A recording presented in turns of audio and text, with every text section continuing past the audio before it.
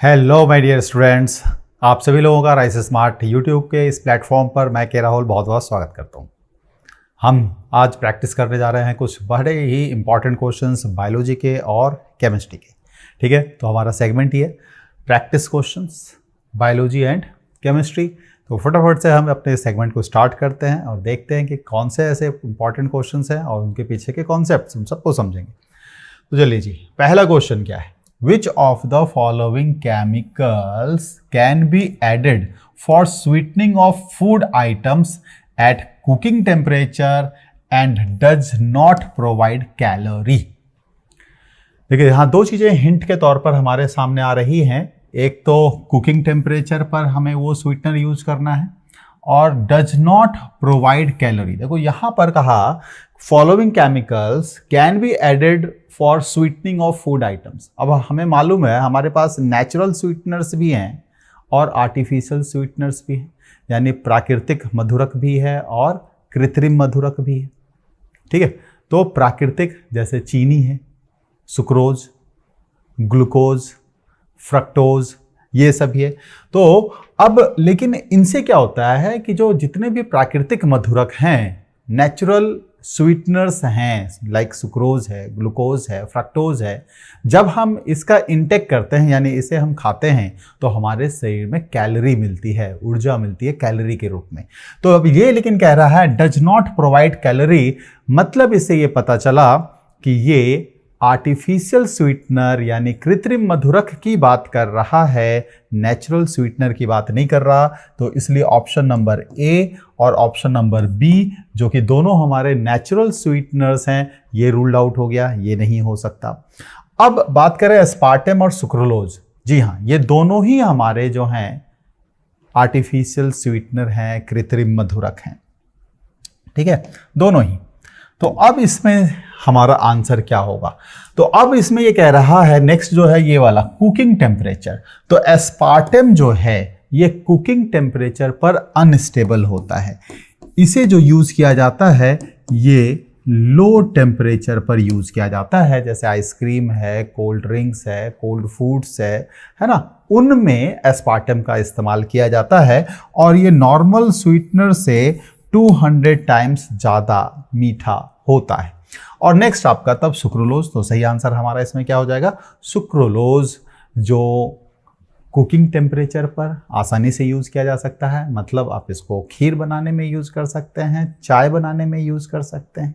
ठीक है, और ये हमारा जो नेचुरल स्वीटनर यानी जो सुक्रोज है, ये जो आप 200 टाइम्स देख रहे हैं कि एस्पार्टम ज़्यादा मीठा है, किसके रेस्पेक्ट में?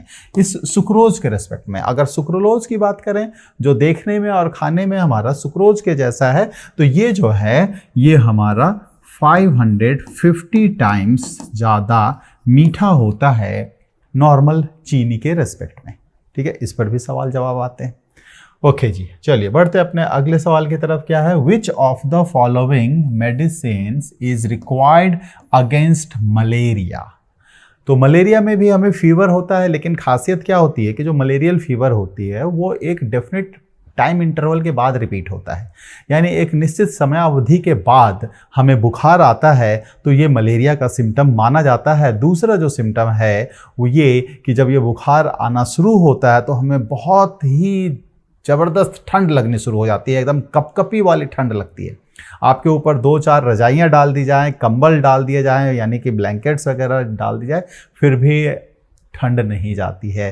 तो ये सारे सिम्टम्स होते हैं जिससे पता चलता है कि हम मलेरिया से ग्रसित हैं। और मलेरिया कॉज करने के लिए जो रेस्पॉन्सिबल कॉजल ऑर्गेनिज्म है, यानी जिस पैथोजन, जिस परजीवी की मदद से ये होता है, वो है एक प्रोटोजोआ जिसका नाम है प्लाज्मोडियम, जिसके कई स्पीसीज होते हैं। प्लाज्मोडियम वाइवेक्स है, प्लाज्मोडियम फेल्सीपेरम है, प्लाज्मोडियम मैलेरी है। और ये स्प्रेड होता है फीमेल एनोफिलीज यानी मादा एनोफिलीज मच्छर के काटने से। ठीक है, तो अब देखें जरा, तो एस्पिरिन इससे दर्द भी कम होता है, यानी इससे पीड़ाहारी दर्दनाशक भी कहते हैं। इससे फीवर भी कम होता है, तो ज्वर नाशक या फिर बुखार नासी भी कह सकते हैं।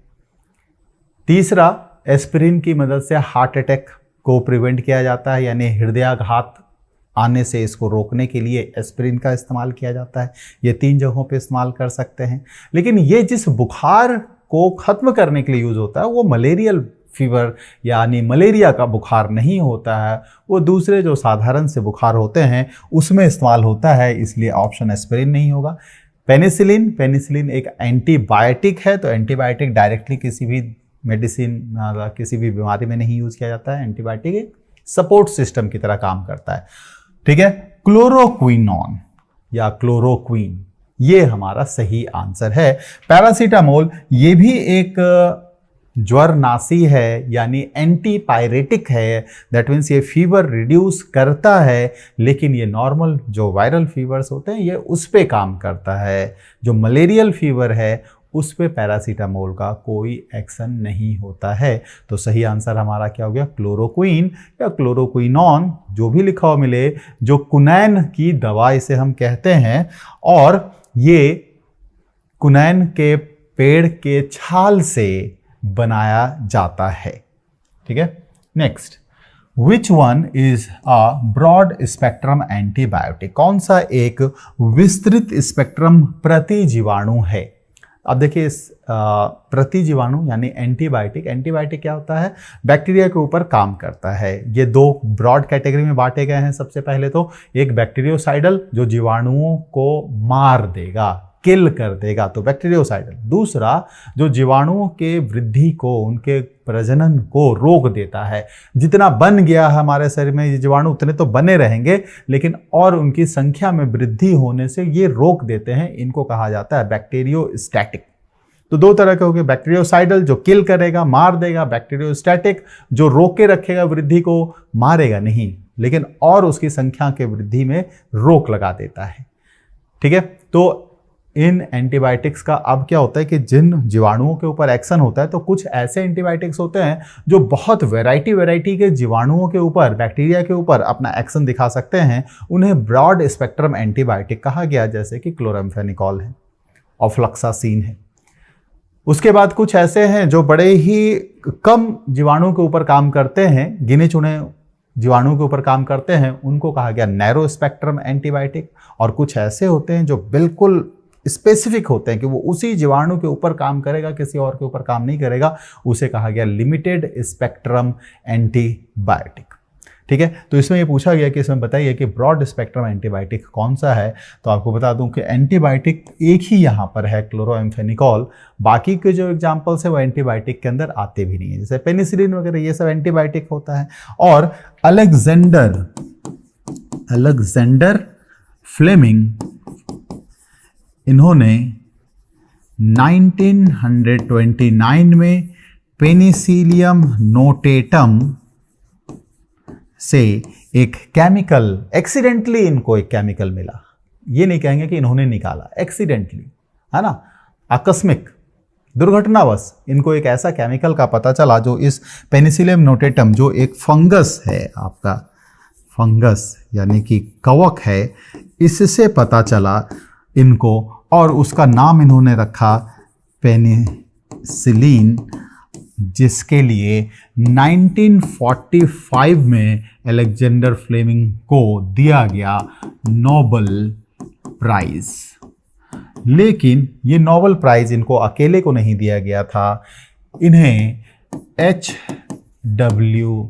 फ्लोरे के साथ मिलाकर, यानी कि इन्होंने भी इंडिपेंडेंटली, H.W. फ्लोरे, अलेक्जेंडर फ्लेमिंग, इन लोगों ने पेनिसिलिन के निष्कर्षण में, उनके प्यूरिफिकेशन में, इन सबों पे काम किया था। तो 1945 में जब दिया गया नोबेल प्राइज, तो अकेले अलेक्जेंडर फ्लेमिंग को नहीं, अलेक्जेंडर फ्लेमिंग के साथ H.W. फ्लोरे को भी पेनिसिलिन पर ही काम करने के लिए दिया गया था। लेकिन ये दोनों साथ में नहीं काम किया था, अलग अलग काम था। H.W. फ्लोरे अलग अपना कर रहे थे, अलेक्जेंडर फ्लेमिंग अलग कर रहे थे, बट दोनों का ही काम बड़ा ही सराहनीय था, इसलिए दोनों को मिलाकर नोबेल प्राइज दिया गया। तो इससे एक क्रांति जो 1929 में एक्सीडेंटली, आकस्मिक, एक दुर्घटनावश अलेक्जेंडर फ्लेमिंग ने एंटीबायोटिक का खोज कर लिया, तो ये एक रिवोल्यूशनरी चेंज, एक बहुत ही कह सकते हो आंदोलनकारी बदलाव जो है वो मेडिसिन की दुनिया में हुआ। ठीक है, तो क्लोरोएम्फेनिकॉल ये 1947 में एक्सट्रैक्ट किया गया था। ठीक है, तो सबसे पहले कह सकते हैं क्लोरोएम्फेनिकॉल जो पृथक किया गया, निकाला गया, ये निकाला गया 1947 में। कब? जब हमारा भारत आज़ाद हुआ था। भारत में नहीं हुआ था, बहुत ज़्यादा जानकारी इसकी नहीं है, जितनी जानकारी थी उतनी बता दिया। इसी पे क्वेश्चंस आते रहते हैं। Substances used for bringing down temperature in high fever are called. अभी थोड़ी देर पहले हमने बात की मलेरिया की। वो भी हमारे बॉडी में क्या होता है, हाई फीवर उसमें होता है, लेकिन वो एक पीरियड के बाद आता है, एक डेफिनेट टाइम इंटरवल पे आता है, एक निश्चित समय अवधि के बाद हमें बुखार चढ़ता है, कुछ घंटों के लिए, फिर वो उतर जाता है, हम नॉर्मल हो जाते हैं। लेकिन फिर वो जैसे ही वो समय आता है तो वापस से हमें फीवर आने लगता है, और ये फीवर ऐसे कपकपा देने वाली ठंड के साथ हमें ये फीवर आता है, तो हम समझ जाते हैं कि हमें मलेरिया हो गया है। और अब जिस बुखार की बात की जा रही है, ये नॉर्मल बुखार की बात की जा रही है, तो ये कह रहा है bringing down the temperature of high fever are called. तो मलेरियल फीवर के लिए हमने क्या देखा, क्लोरोक्विन का इस्तेमाल करते हैं। यहाँ पर क्या है, तो पायरेटिक्स, एंटीपायरेटिक्स, एंटीबायोटिक्स, एंटीसेप्टिक। तो ना तो एंटीबायोटिक ना एंटीसेप्टिक, यानी कि प्रतिजैविक और पुतिरोधी का इस्तेमाल नहीं किया जाता। एंटीसेप्टिक क्या होता है, कहीं कट फट गया, गिरा गए हैं, छिल गया हमारा पैर हाथ, तो वहाँ Dettol, Savlon, tincture of iodine जैसे हम केमिकल लगाते हैं, वो हमारा एंटीसेप्टिक यानी पुतिरोधी कहलाता है, सेप्टिक होने से बचाता है। एंटीबायोटिक्स तो एक ऐसे प्रतिजैविक हैं जो जीवाणुओं के हमला होते हैं, तो उसको एक सपोर्ट सिस्टम, जो मेडिकल मेन मेडिसिन होता है, उसके साथ एंटीबायोटिक दिया जाता है काम करने के लिए। पायरेटिक मतलब हुआ हाई टेम्परेचर। ठीक है, अब एंटीपायरेटिक मतलब जो हाई टेम्परेचर के अगेंस्ट काम करेगा, यानी एंटीपायरेटिक मतलब ज्वर नाशी। तो हमारा इसका सही आंसर क्या हो गया, एंटीपायरेटिक, जिसके लिए पैरासीटामोल एक केमिकल के तौर पे इस्तेमाल होता है। याद रखिएगा, पैरासीटामोल जो मेडिसिन में कई बार हम जाके मेडिकल स्टोर पे कहते हैं कि भाई हमें पैरासीटामोल दे दो, पैरासीटामोल कोई ब्रांड नेम नहीं है, ये उस केमिकल का नाम है जो फीवर को कम करने में मदद करता है। अब यही पैरासीटामोल, जितने भी तरह के आपको ब्रांड नेम अलग अलग मिल जाएंगे, पैरासीटामोल के नाम से वैसे ब्रांड नेम भी है, लेकिन पैरासीटामोल मेन इंग्रेडिएंट, मेन जो घटक है, मुख्य घटक जो है फीवर को कम करने वाला, बुखार को, ज्वर को कम करने वाला, उसका नाम है पैरासीटामोल। ये क्रोसिन के अंदर भी होता है, क्रोसिन तो ब्रांड नेम है, वो कोई केमिकल का नाम नहीं है, उसमें पैरासीटामोल होता है ना। लेमोलेट वगैरह होता है, नाइस है, कई अलग अलग ऐसी दवाइयाँ मिलती हैं, उनमें पैरासीटामोल बहुत ज़्यादा मात्रा में उपस्थित रहता है। ठीक है, तो सही आंसर इसका क्या हो गया, एंटीपायरेटिक। अब नेक्स्ट क्वेश्चन जो हमारा आ रहा है वो क्या है, a substance which can act both as an antiseptic and disinfectant. Antiseptic और डिसइंफेक्टेंट यानी कि ये पुतिरोधी और विसंक्रमक दोनों की तरह काम करता है। देखो जनरली क्या होता है कि जैसे हम खेल कूद कर रहे हैं, बाइक वाइक चलाते हैं, गिरा गए, किसी वजह से कुछ छोटी मोटी घटना घटती है, दुर्घटना होती है, तो हमारे पैर हाथ थोड़े से छिल जाते हैं। ऐसे में जो हम केमिकल ऊपर से खाने वाली दवाओं की बात नहीं किया जा रहा है, जो ऊपर से अप्लाई करते हैं उस घाव के ऊपर, उस छिले गए स्थान पर, हम उसे कहते हैं एंटीसेप्टिक। ठीक है, अब ऐसे केमिकल जो फर्श को साफ करने में और फर्श पर जो इन्फेक्शंस फैल सकते हैं, वहाँ पर जो ऐसे माइक्रो ऑर्गेनिजम्स, जो सूक्ष्म जीव फर्श पर हैं, फ्लोर पर हैं, उनको किल करने के लिए जो हम केमिकल का इस्तेमाल करते हैं उसे डिसइंफेक्टेंट या विसंक्रामक कहते हैं। कहते हैं कुछ तो ऐसे होते हैं जो सिर्फ डिसइंफेक्टेंट के तौर पे काम करते हैं, कुछ ऐसे होते हैं जो सिर्फ एंटीसेप्टिक के तौर पे काम करते हैं, जैसे टिंक्चर ऑफ आयोडीन है, डेटॉल है, बिथियोनॉल है। ये सभी हमारे सिर्फ ज़्यादातर जो है, भले हम उसे डिसइंफेक्टेंट के तौर पे थोड़ा बहुत कभी कभी इस्तेमाल कर लेते हैं, लेकिन ये एंटीसेप्टिक हैं। और कुछ ऐसे हैं जो दोनों की तरह काम करते हैं, और ये हमारा है फेनॉल। लेकिन अब क्या है, डिसइंफेक्टेंट में भी मान लो वही केमिकल है और एंटीसेप्टिक में भी वही केमिकल है, बट हम डिसइंफेक्टेंट को एंटीसेप्टिक के तौर पे यूज नहीं कर सकते, क्योंकि जो हमारा ये लिविंग टिश्यू है, ये जो जीवित उत्तक है, इस पे अगर डिसइंफेक्टेंट यानी विसंक्रामक अगर डालेंगे तो वो हमारे घाव को ठीक नहीं करेगा, उसे और ज़्यादा गहरा घाव बना देगा और ज़्यादा हमारे स्किन को, हमारे टिश्यू को, हमारे ऊतक को डैमेज करेगा। क्यों? क्योंकि उसमें जो अमाउंट होता है केमिकल का बहुत ज़्यादा होता है। किसमें? डिसइंफेक्टेंट में, विसंक्रामक में। एंटीसेप्टिक में उसी केमिकल का जो अमाउंट होता है वो बहुत कम होता है। जैसे बात करें फेनॉल की, अगर इसका 0.2% सॉल्यूशन बनाओगे तो ये हमारा एंटीसेप्टिक बनता है, लेकिन अगर 1% सॉल्यूशन बना दिया तो फिर ये डिसइंफेक्टेंट हमारा बन जाता है ना। तो 0.2% में ये एंटीसेप्टिक की तरह काम करता है और 1% पे ये डिसइंफेक्टेंट की तरह काम करता है। हाँ, तो ये कह सकते हो कि सर ठीक है, डिसइंफेक्टेंट हमारे घर में है लेकिन एंटीसेप्टिक किसी तरह से नहीं पड़ा है, तो हम इसे बहुत ज़्यादा पानी मिला के डाइल्यूट कर देंगे तो भी खतरनाक है। ठीक है, चलिए।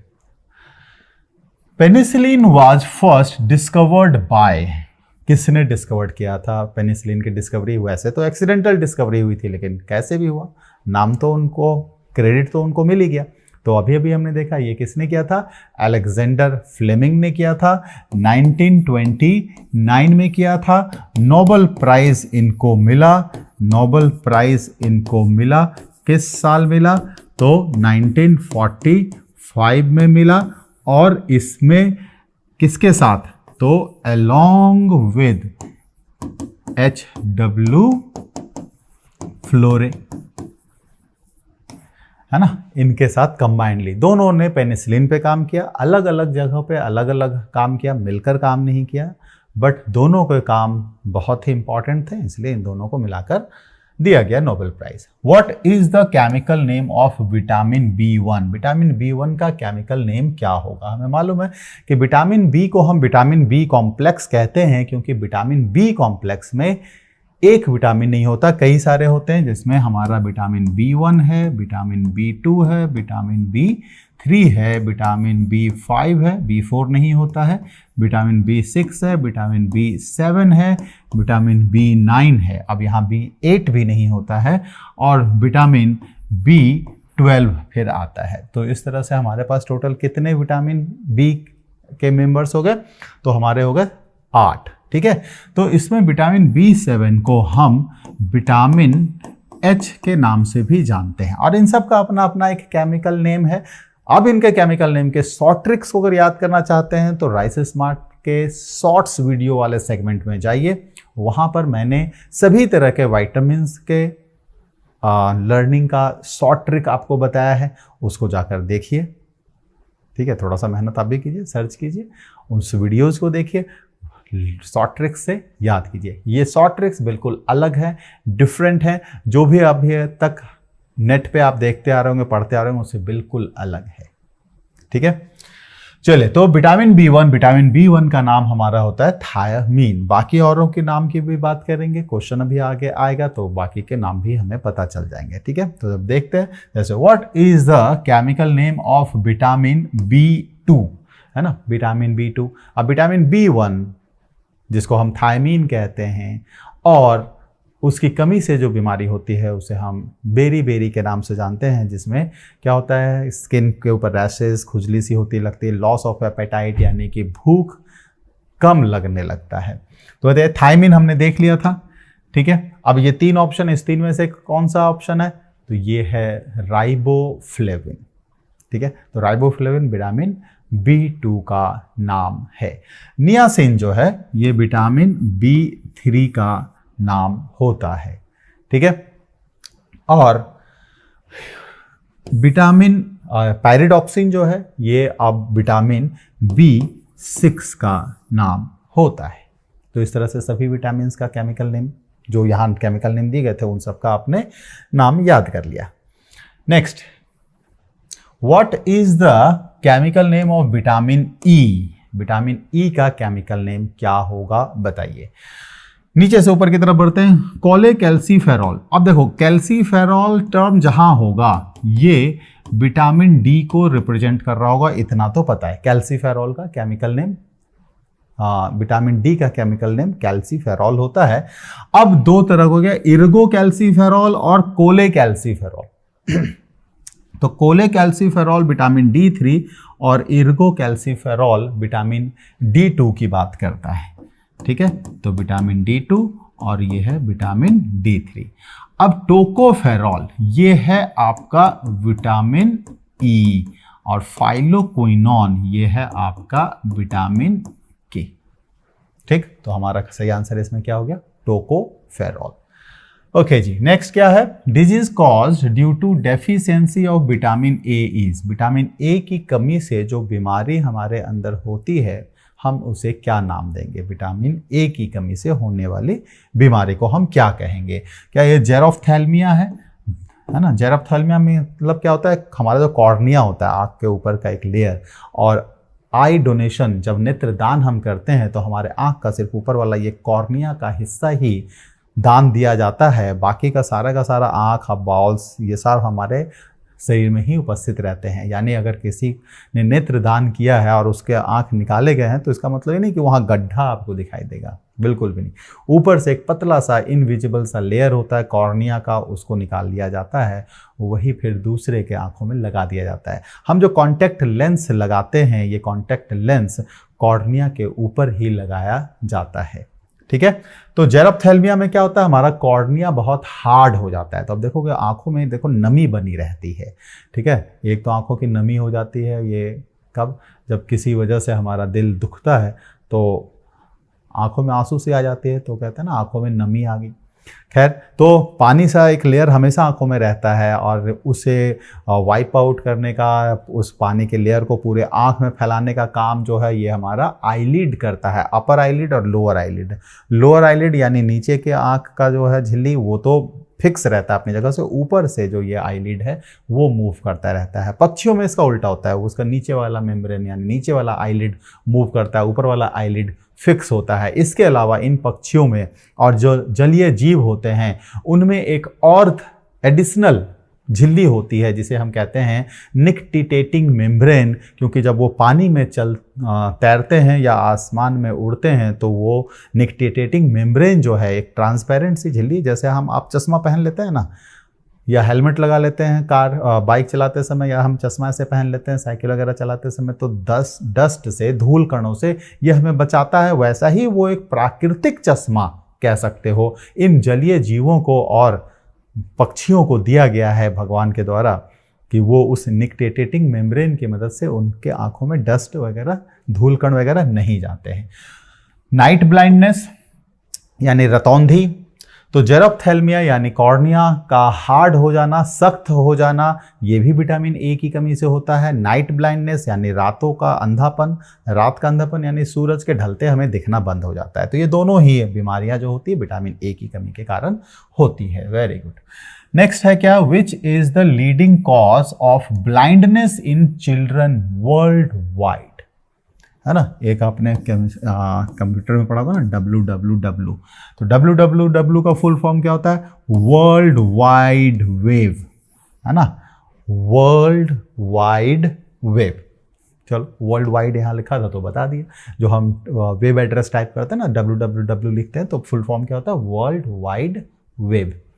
ओके, तो कहता है कि वर्ल्ड वाइड यानी पूरे विश्व के अंदर बच्चों के अंधेपन का जो सबसे मुख्य कारण है वो क्या है?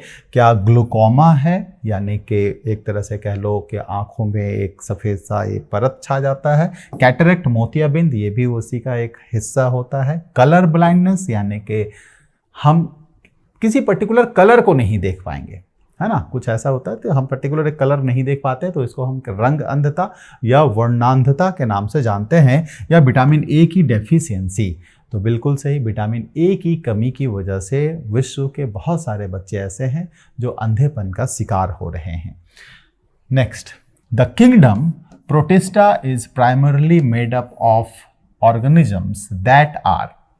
प्रोटिस्टा, तो अगर जो सबसे लेटेस्ट हम देखें 1969 में 5 किंगडम क्लासिफिकेशन दिया था, 5 जगत प्रणाली वर्गीकरण का, 5 किंगडम क्लासिफिकेशन यानी कि 5 जगत प्रणाली वर्गीकरण का, ये दिया था रॉबर्ट विटेकर ने, RH विटेकर, इन्होंने दिया था, जिसमें बनाया था क्या?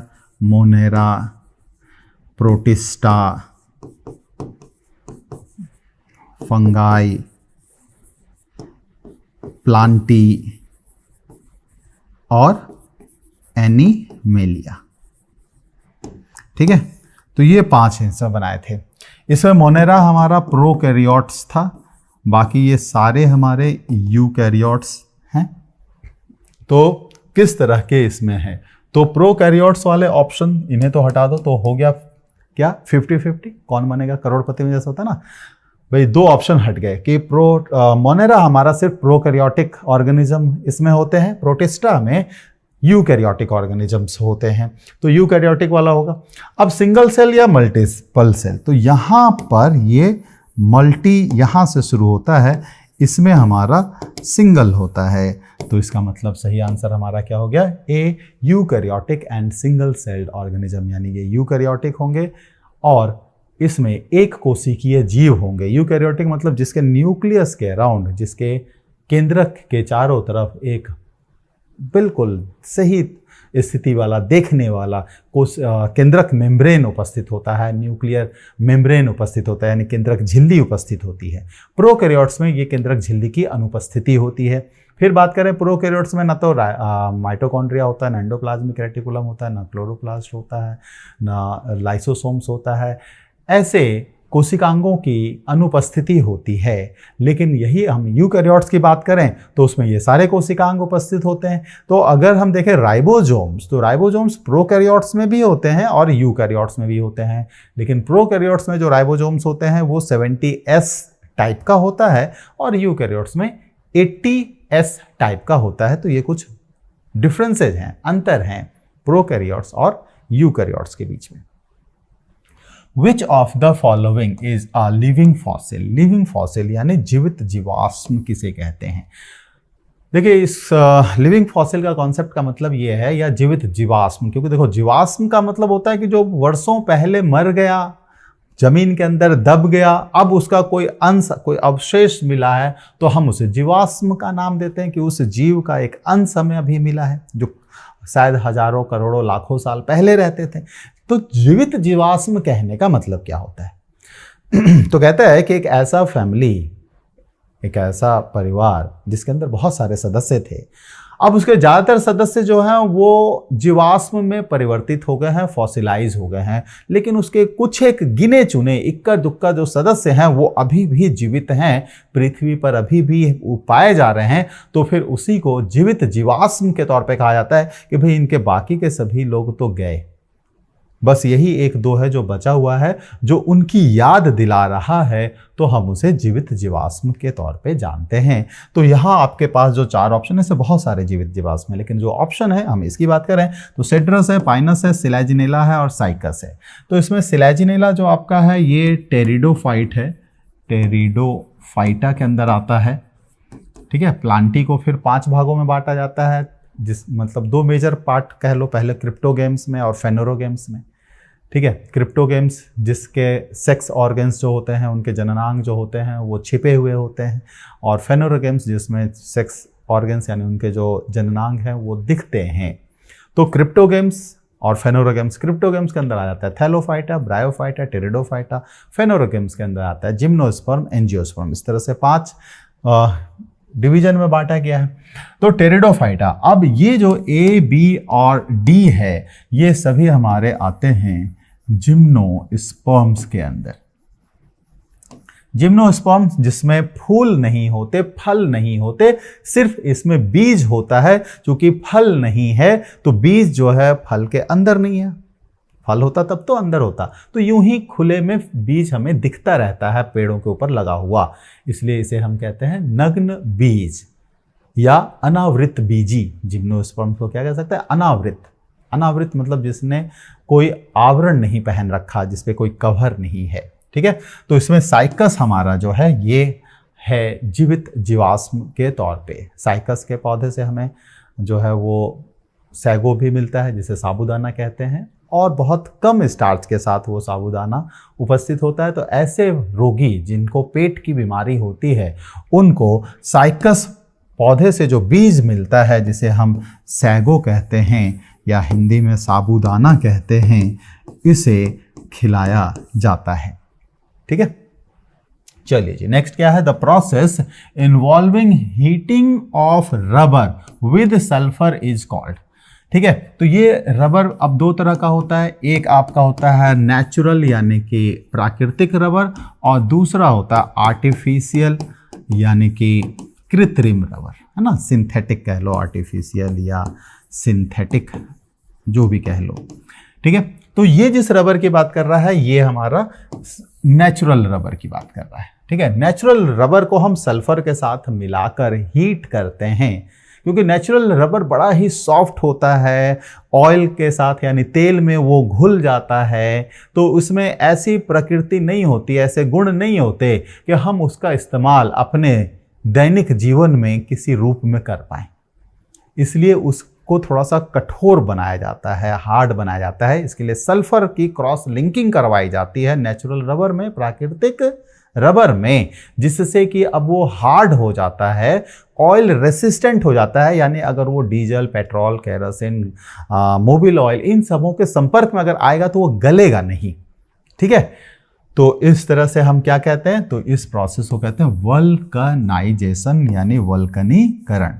गैल्वेनाइजेशन में तो हम क्या करते हैं, आयरन को यानी लोहे को हम किसके साथ, जिंक के साथ रिएक्ट करा के, मतलब जिंक की एक कोटिंग, एक जिंक का एक परत आयरन के आर्टिकल के ऊपर लगा देते हैं, यानी आयरन की जो भी संरचना हम बनाते हैं उसके ऊपर एक कोट लगा देते हैं, उसे हम कहते हैं गैल्वेनाइजेशन या वल्कनाइजेशन। तो जो गाड़ियों का टायर बनाने के लिए जो हम यूज करते हैं, तो उसमें 5% सल्फर के साथ नेचुरल रबर का वल्कनाइजेशन यानी वल्कनीकरण करवाया जाता है।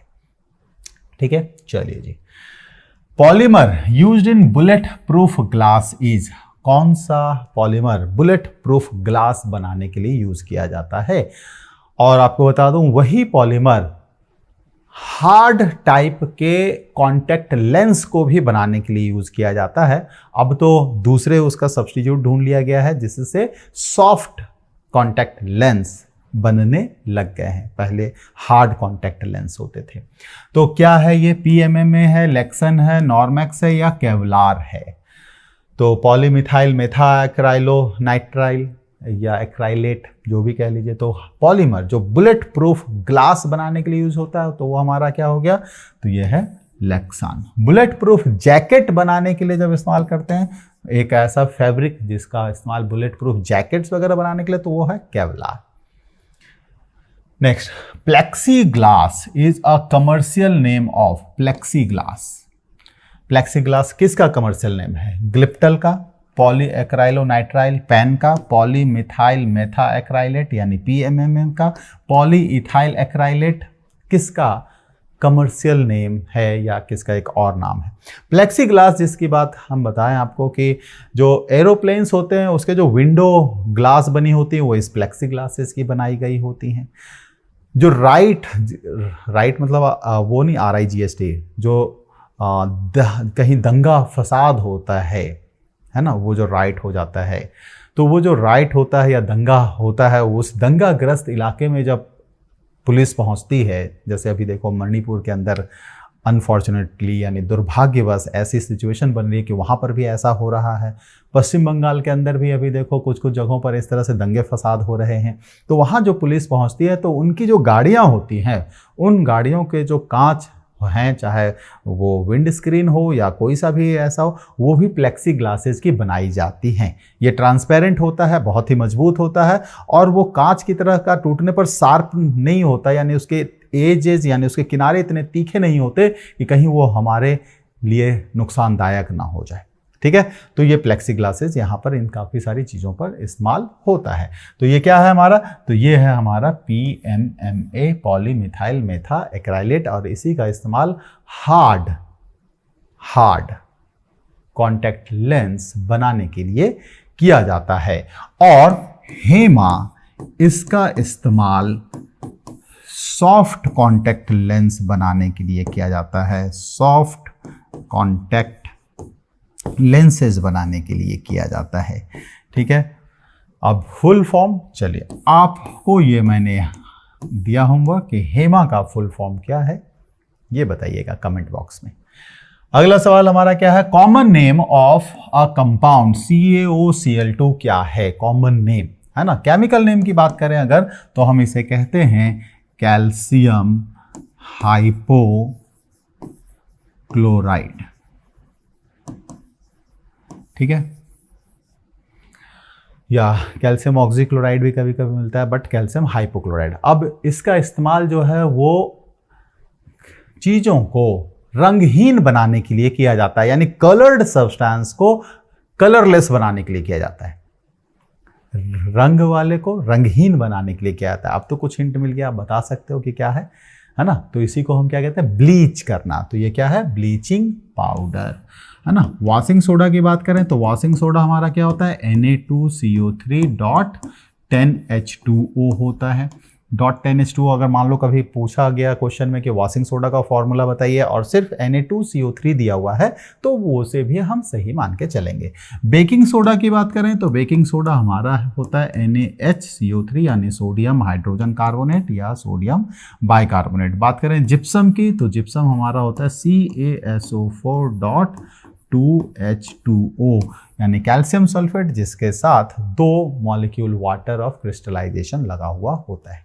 चलिए अगला सवाल, Golgi apparatus the maturing face is.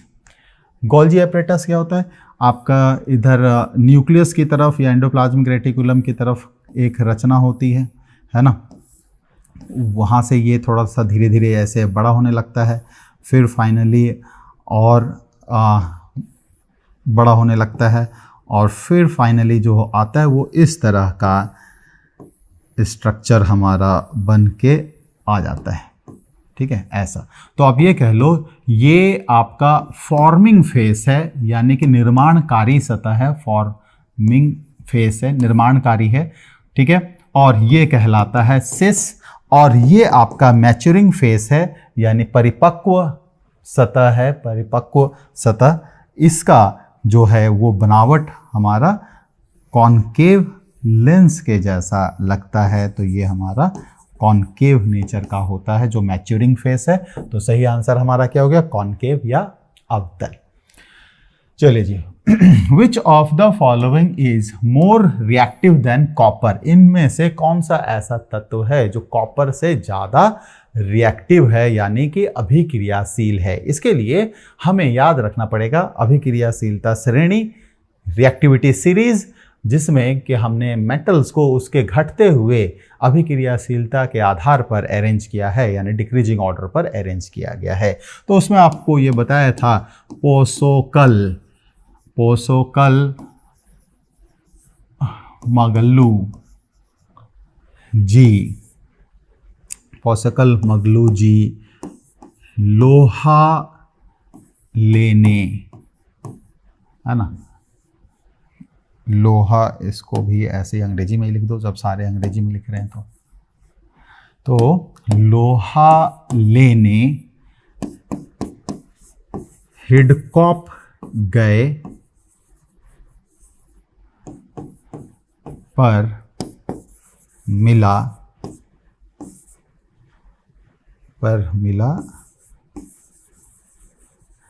चांदी सोना। पॉस्कल का पीओ से पोटेशियम है, ये सोडियम है, कैल्शियम है, मैग्नीशियम है, एल्यूमिनियम है, जिंक है, लोहा मतलब आयरन है, लेना लेड यानी सीसा है, हिडकॉप के हिड से हाइड्रोजन है, कॉप से कॉपर है, ठीक है, पर से पारा यानी मरकरी है, या फिर यहाँ पर एम से मरकरी समझ लो, एक ही चीज़ है। चांदी मतलब चांदी ही, और सोना मतलब सोना ही, है ना, सिल्वर और गोल्ड।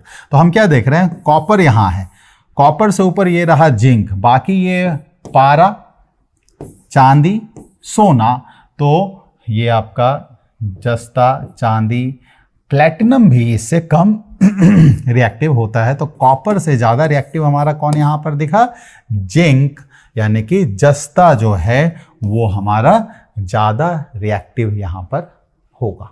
तो ये एक शॉर्टकट है, ऐसे भी शॉर्ट ट्रिक्स शॉर्ट वीडियोस के माध्यम से आपको हमारे इस चैनल पे मिलेगा। शॉर्ट्स जाके ज़रूर देखिए, बहुत सारे टीचर्स ने अलग अलग तरीके से अपने अपने सब्जेक्ट के लिए शॉर्ट्स बनाया है और बहुत बेहतरीन इन्फॉर्मेशन बहुत कम समय में आप लोगों को बताया है, तो उनको ज़रूर देखिए।